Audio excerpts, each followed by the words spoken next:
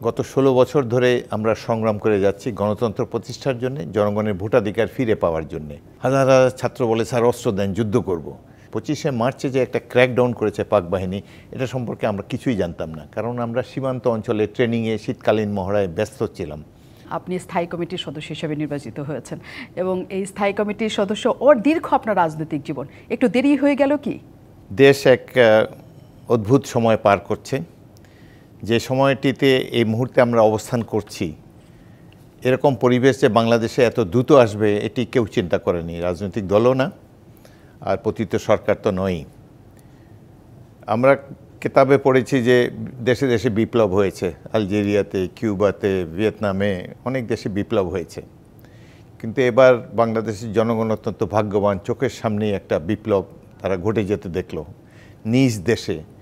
এটি এমনই বিপ্লব যেখানে অংশগ্রহণ করেছে তরুণ ছাত্র ছাত্রী, পিতা মাতা, খেটে খাওয়া মানুষ, সত্যিকার অর্থেই সব পেশার সাধারণ মানুষের যে অংশগ্রহণ, এটি দেখে আমি অত্যন্ত অভিভূত হয়েছি। ১৯৭১ সালে তরুণ ছিলাম, সেনাবাহিনীর ক্যাপ্টেন ছিলাম, মুক্তিযুদ্ধে অংশগ্রহণ করেছি। যশোর ক্যান্টনমেন্টে ৩০শে মার্চ তারিখে আমি প্রথম ইস্ট বেঙ্গলের একজন সৈনিক হিসাবে বিদ্রোহ করি। এই ক্যান্টনমেন্টে আমি একাই ছিলাম বিদ্রোহী। ৮ ঘন্টা ব্যাপী একটি যুদ্ধ হয় ক্যান্টনমেন্টের মধ্যে, এবং এই যুদ্ধের পর আমরা আমাদের গোলাগুলি শেষ হয়ে গেলে, যেহেতু এটি অপরিকল্পিত বিদ্রোহ ছিল, গোলাগুলি শেষ হওয়ার পর আমরা ক্যান্টনমেন্ট থেকে ছোট ছোট গ্রুপে বেরিয়ে আসি। আমাদেরও হতাহত হয়, পাকিস্তানিদের হতাহতের সংখ্যা আরও বেশি। বের হওয়ার পর কাছেই একটা গ্রাম আছে খিতিবদিয়া, যশোর ক্যান্টনমেন্টের লং রেঞ্জের ফায়ারিং রেঞ্জের পাশেই। সেই গ্রামে প্রবেশ করে দেখি এক অদ্ভুত দৃশ্য। হাজার হাজার ছাত্র যুবক, সবাই দা, খন্তা, কুড়াল, বিভিন্ন দেশি অস্ত্রশস্ত্র নিয়ে দাঁড়িয়ে আছে।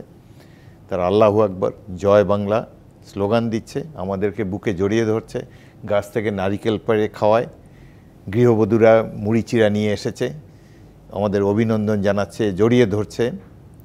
এবং তাদের কাছ থেকেই জানতে পারলাম যে দেশব্যাপী মুক্তিযুদ্ধ শুরু হয়েছে। আমি অবাক হলাম যে এই কোন ধরনের তরুণ, এদেরকে তো কখনো দেখি নাই। দেশের জন্য যুদ্ধ করবে, জীবন উৎসর্গ করবে, এই যে উন্মাদনা, সেই যে ৩০শে মার্চ তারিখে দেখেছি, আবার সেটি দীর্ঘদিন পর, এত বছর পর দেখতে পেলাম আবার ঢাকার রাজপথে। মাঝখানে আমি আশাহত হয়েছিলাম, আমি ভেবেছি যে এই দেশের ছাত্র জনতার জাগরণ আর হবে না, এরা এখন মোবাইল আর ল্যাপটপ নিয়ে ব্যস্ত থাকবে। কিন্তু দেখলাম যে না, ৭১-এ যেই চেতনায় উদ্বুদ্ধ হয়ে স্বাধীনতা যুদ্ধে আবাল বৃদ্ধ বনিতা অংশগ্রহণ করেছে, এখনও এতদিন পরে আবার ছাত্রদের নেতৃত্বে আবার একটি বিপ্লব সংগঠিত হতে দেখলাম। আমার জন্য এক অদ্ভুত অভিজ্ঞতা। দুবার দেশ স্বাধীন হয়েছে, দুটিতেই আমি অংশগ্রহণ করতে পেরেছি বলে ভাগ্যবান মনে করি। অনেক ধন্যবাদ। এবং এর পরে যে পরিস্থিতি আসলে রাজনৈতিক অঙ্গনে তৈরি হয়েছে, আমি যেটা শুরুতেই বলেছি যে আওয়ামী লীগের অস্তিত্ব আমরা আপাতত খুঁজে পাচ্ছি না কোথাও, এবং বিএনপিকে আমরা সবচেয়ে বড় দল দেশের এখন আপাতত আমরা দেখতে পাচ্ছি, এবং নির্বাচন হলে বিএনপি জয়ী হবে এখানে একটা মহল থেকে, সেটা নিশ্চিত মনে করা হচ্ছে, কারণ আর কে আসবে সেটা নিয়ে একটা প্রশ্ন। এইরকম সময়ে যখন ৫ তারিখে শেখ হাসিনার পতন হলো সরকারের, তখন থেকেই আমরা জানি যে কোনো সময় আসলে বিএনপি চেয়ারপারসন, ভারপ্রাপ্ত চেয়ারপারসন, তিনি চেয়ারম্যান আসবেন দেশে, এবং যেহেতু দীর্ঘদিন তিনি বাইরে আছেন, দেশের বাইরে আছেন নানা ধরনের মামলা নিয়ে, এখনও পর্যন্ত তার আশাটা আমরা দেখলাম না। কবে নাগাদ তিনি আসতে পারবেন?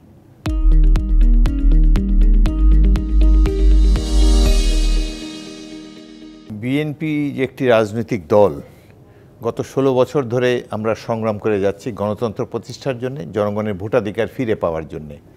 আওয়ামী লীগ এই সরকার দেশকে ধ্বংস করে দিয়ে গেছে। অর্থনীতি হোক, সমাজদেহে যতগুলো ইনস্টিটিউশন আছে, বিচার বিভাগ আছে, নির্বাচন কমিশন আছে, বিভিন্ন বাহিনী সমূহ আছে, সব কিছুতেই ধস নামিয়ে দিয়েছে তারা। এবং অর্থনীতি যে প্রত্যেকটি সূচক এত নিম্নগামী, যেভাবে তারা ব্যাংকসমূহ লুট করেছে।